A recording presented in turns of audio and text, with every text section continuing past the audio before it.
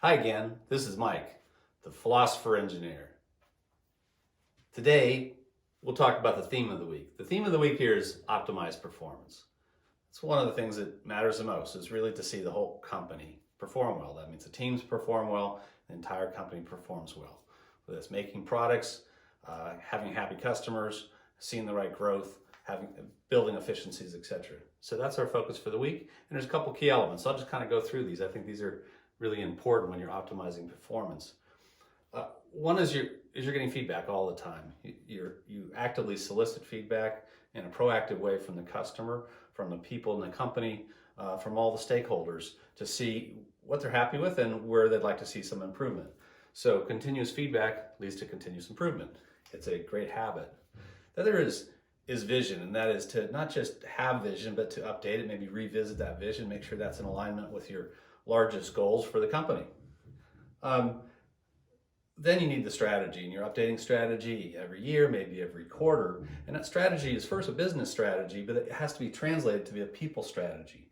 Because strategies don't execute themselves, people execute strategies. So you have to work with the strategy for the business and have a people strategy. And that means you need to get data, people data as well, of the right people in the right roles. Then you have leadership alignment. So once you have a clear strategy, you have to work through and hammer through those goals, those initiatives for the year, for the quarter, and make sure you have complete alignment. If the leaders aren't aligned, you're going to have inefficiencies, you're going to be pulling different directions, and the people in the organization will be confused and chasing different things. So it sounds very simple, but it's really, really important to have 100% alignment of the leadership, and then the whole organization will be headed in the same direction. Then you want to make sure you clarify the customer needs. Sometimes we assume we know what the customer needs, but we may miss things. We may have gaps in understanding what the customer wants, because that's why we're doing our work, is to make a product for the customers and make sure they're happy.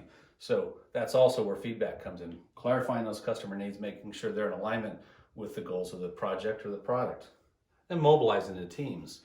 Once you have a clear strategy and everyone's aligned, then you're mobilizing the teams, you set them up for success and have clear goals that fit into the bigger plan. And then you really deliver. At the end of the day, all of this is to deliver for the customer's needs and wants. And if you make the customer happy, they're going to buy your product and buy your service, and your company will succeed. So that's really the focus on optimized performance.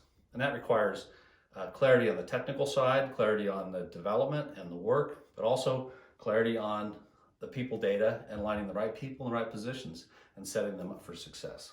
So that's our theme for the week, and we'll continue to have that conversation. Have a wonderful week. Thank you. Bye.